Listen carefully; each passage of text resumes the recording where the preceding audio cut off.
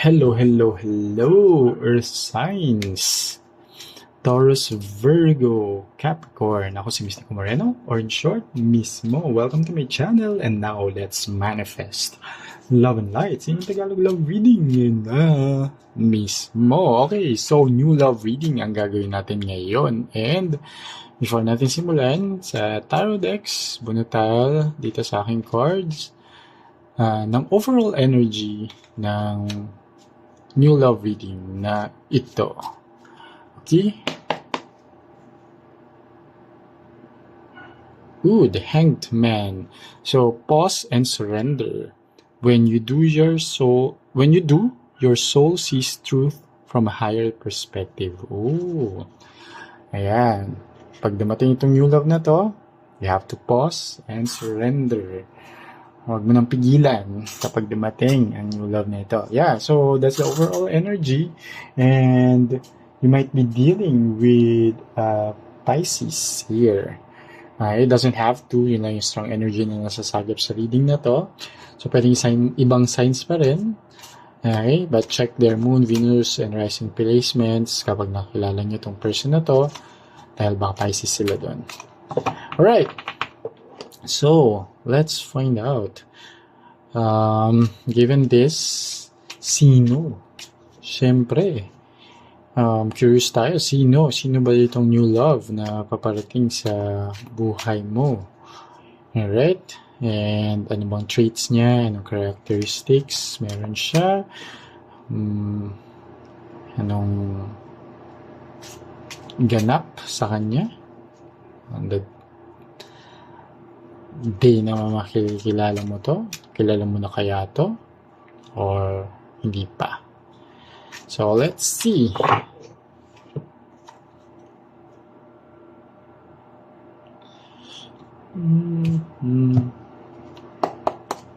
First card. Ooh, Temperance. Okay, sige. Tingnan natin ano yung nakakabit sa Temperance card. But this person is a very grounded person. Sobrang balanced ang kanyang life. Okay? Ibig sabihin, kumari, in work and play, balance. Diet niya, balance. Okay? Yung balance niya sa finances. Diba?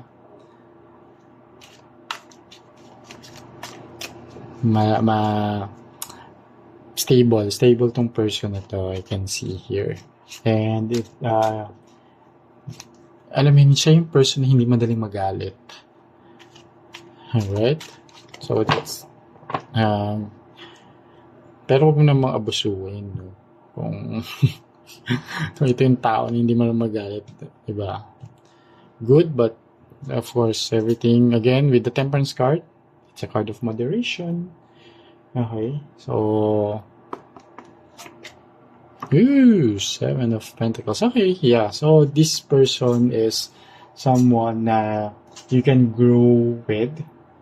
Okay, and I think na dito matututo ka rin maging patient, magiging alam mo yung mga bagay-bagay na medyo sumusobra sa'yo.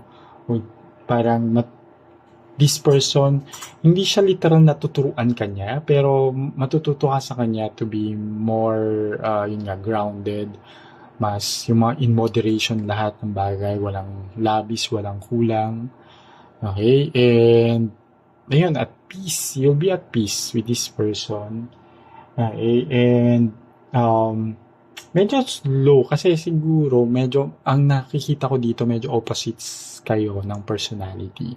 Kung siya nga parang medyo kalmado lang lagi, ikaw medyo agit, emotional, ganyan. Medyo ano ka rin, pare yun nga, sabi ko kanina, hindi ito magagalitin, pero parang ikaw may tendency ka na mag-burst paggalit. So, ayun, kalma. I think dito nga matututo ka dito sa person na to na may mga paraan pagdating sa emosyon, how to manage pwedeng itong person na to has psych background, okay, or may knowledge when it comes to therapy. So, ayan, I mean, matututo ka how to manage your emotions, your feelings, okay, and your thoughts. Ganyan.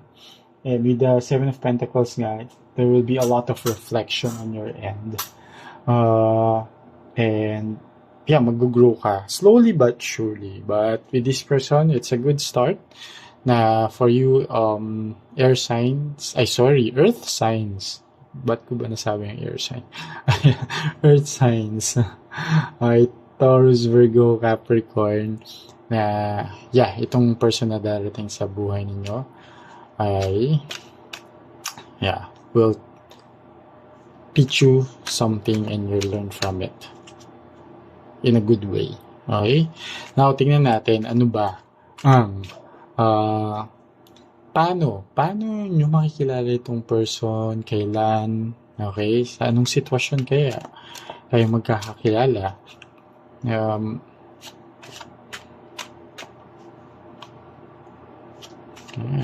Baka kilala mo na to, pero magre-reconnect kayo, ganyan. Let's see. Let's find out.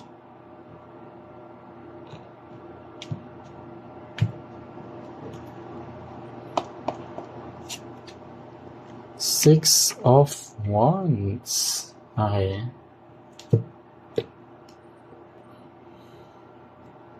Tingnan natin ang naka-pair. Six of Wands. Six of Wands, yeah, it's a card of success, victory. I think it's makikilala mo siya sa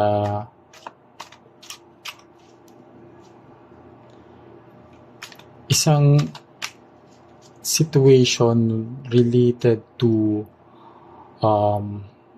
maybe a victory party sa isang kumpanya, ganyan, or sa isang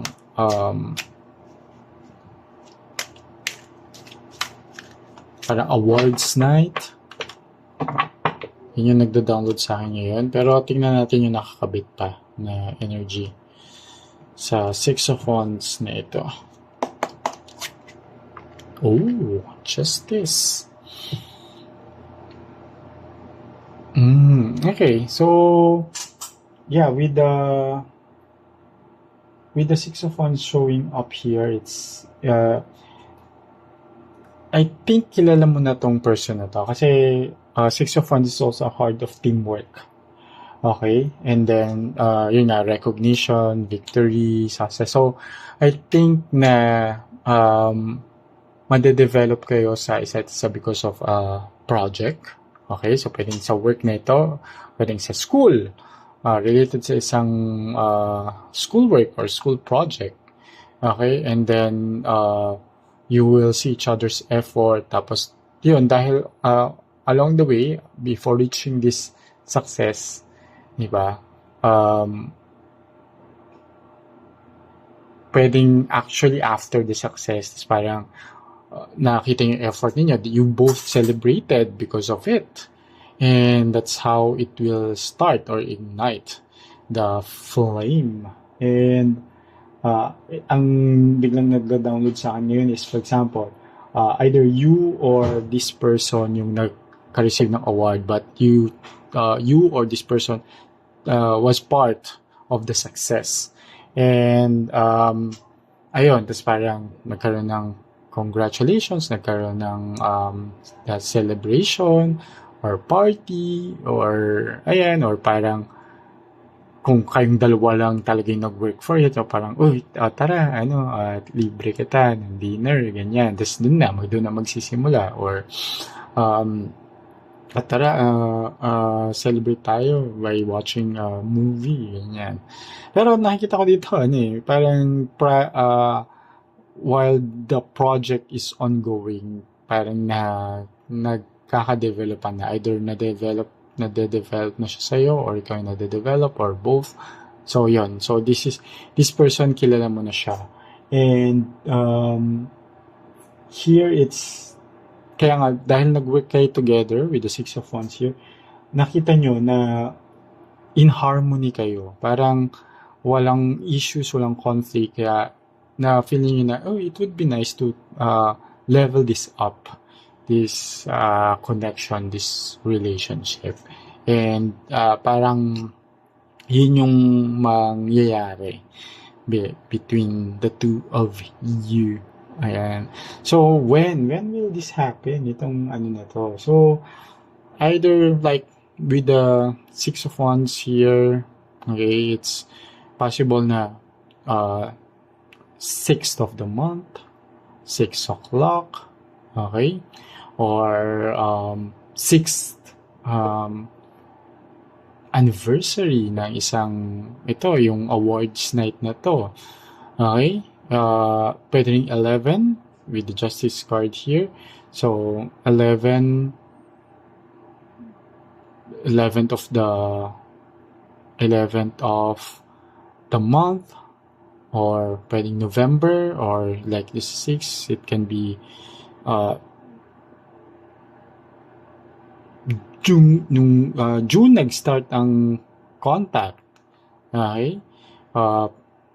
Tapos, ito, nag-progress nga yung relationship after 2 months, yan, na award. Pwedeng sa mga susunod pa siya na June, okay, well, pwedeng November nga, with the 11 number of the Justice card, or 11 o'clock, or maybe, yeah, you went to a place, and then, yeah, it was 11. So, take note of these numbers. It may resonate with both of you. Okay, tapos tingnan nyo, parang kung titingnan nyo, pareho silang parang nakasakay. So, yeah, pwedeng may motor itong person na to, tapos parang niyaya ka na, oy, hatid na kita, ganyan. Or parang walang other option, kailangan kayo magsabay sa isang na motor, for example. Ganyan. So, yun yung nakukuha kong energy dito. And it's something din talaga na there's a lot of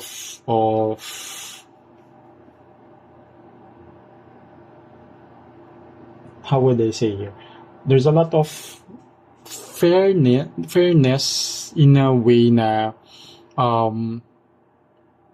itong person na to kasi hindi niya na hindi mo ma-feel na parang ang unfair ng life.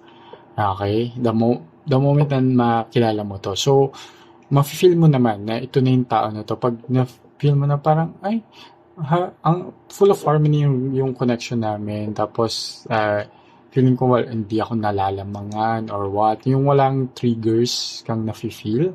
So, yeah, this might be yun na yung person na inaasam-asam mo. So now, let's find out naman ano yung at bakit mo siya makikilala, may matututunan ka ba? Ano ang purpose nito sa life mo? Is this a long-term relationship or something na karmic na may kailangan ka lang matutunan from this person? Okay, let's find out. Okay.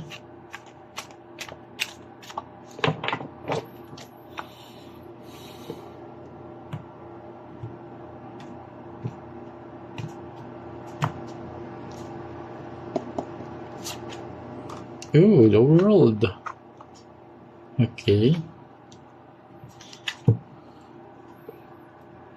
Okay, so this card is a card of fulfillment, and I can see here na the reason na makikilala mo to is, I guess, to fulfill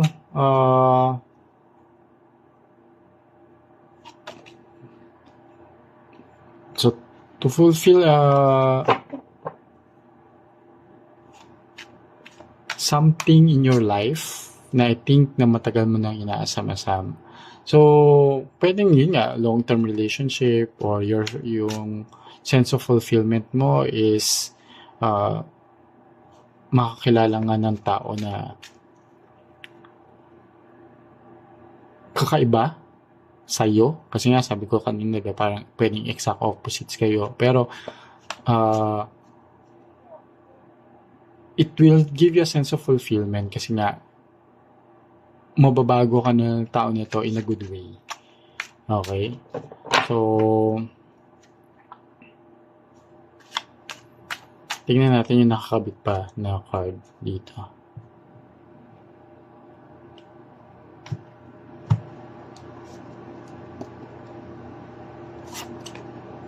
Oh. Yeah, kasi correct. Kasi feeling ko pagod ka na rin sa medyo ang daming nangyari sa life mo na pagod ka na rin. Dahil you exert a lot of effort sa lahat ng bagay.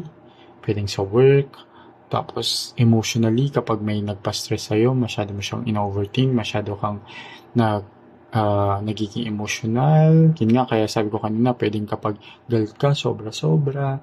Kapag may work, sobrang workaholic. Kapag, yun nga, walang moderation sa'yo kasi. So, kaya here, like, na Nine of Swords showing up here, ang nakukuha kong energy dito is you're having a lot of sleepless nights, anxiety, and this person nga will help you manage these things, tong mga too much in your life to the point na magkakaroon ng fulfillment na, and here a completion, a celebration on your end na mawawala na to dahil nga may matututunan ka to help you grow and become a better version of yourself. And that cycle, the world is also a card of cycle, ending a cycle, completion. So that part of you, that old version of you, tapos na siya. Iwan mo na siya. This new version of you will emerge upon meeting this person. So, yeah, kaya nakikita ko dito na this person will really be a good influence sa iyo. Yeah. Okay, and the last pair, tingnan natin, ano ba ang final advice ni Universe sa'yo? Final message, what's the best action to take moving forward, lalo na kapag nakilala mo na nga itong person na to. And I would like to remind everyone that this is a general and collective love reading, so it may or may not resonate with all of you. Okay? And take nyo na lang whatever resonates, leave the rest behind. Okay? So, best na mag-book kayo ng personal private reading kasi mas naka-align yun sa energy ninyo. Pero, yeah, sana nag-resonate itong reading na to. So far, so good naman ang reading. Yun lang. With the Four of Swords nga, it's related to the Nine of Swords. Four of Swords, you really need to rest and recover from something. You need to take a pause. Sobra-sobra ka talaga sa mga bagay-bagay in your life. And regardless kung nandito na siya sa buhay mo or hindi pa, yeah, I think you're aware naman sa situation mo, lalo na kung nakikinig ka at nag-resonate ito sa iyo. Kasi, yeah, you're kind of exhausted. And, yeah, siguro ito rin yung person, yung new love na to, siya rin yung magre-remind sa iyo lagi na parang, uy, take a break. Uy, kalma. Uy, pause ka muna. Uy, tama na yan, sobra na yan. Yan. Siya yung, itong person na to would be someone na will be very patient din sa'yo hanggang sa matuto ka dito sa mga moderation skills na medyo kulang sa iyo. Pero tignan natin yung ka-pair, and I would like to thank everyone who's air signs na naman. Nakikita ko kasi mga swords. Earth signs na patuloy na suporta sa Mystico Moreno channel. Thank you so much po, and I really appreciate the support. So kung nag-resonate itong reading na ito, please support my channel by liking the video, sharing it sa mga nangailangan ng guidance, comment na below kung nag-resonate itong reading, and kung bago kayo sa aking channel at nagko-connect kayo sa akin, please do subscribe to my channel para maging part din kayo ng collective every time gagawa ko ng reading. Okay, so nakakabit dito sa Four Swords ay 6 of Cups. And yes, you've been, ang dami mong mga binabalikan pa sa past na hindi na kailangan. Okay, it's time to let go of the kung may mga hurt in the past, time to let go. Memories come, but kung happy siya, then and just enjoy those memories. Kapag hindi, allow it to be in your head for a while, pero i-let go mo na rin agad. Kasi nga, it's causing you some exhaustion. And may mga kailangan kang gawin. Kasi ito, darating tong person na to in your life dahil ito rin yung pinangarap mo. Six of Cards is a card of like dreams, and to take it literally, pwedeng napapanaginipan mo na itong tao na to, pero here, you really have to work on yourself. Kasi syempre hindi rin kailangan na laging yung person mo would do o yung dapat ikaw yung gumagawa. Okay? So, this new love will help you, but the first and best action moving forward is to help yourself. Okay, so sana nakatulong itong reading na to. And abangan nyo na lang yung mga susunod ko pang love reading dito lang sa aking channel. Sorry, gumagalaw yung camera. And always use my reading with discernment. Sana nabigyan ko kayo ng guidance. And insights sa current situation ninyo. Kita-kits na lang sa susunod ko pang love reading dito lang sa aking channel. Ako si Mystico Moreno, or in short, mismo. Kita-kits. Ingat!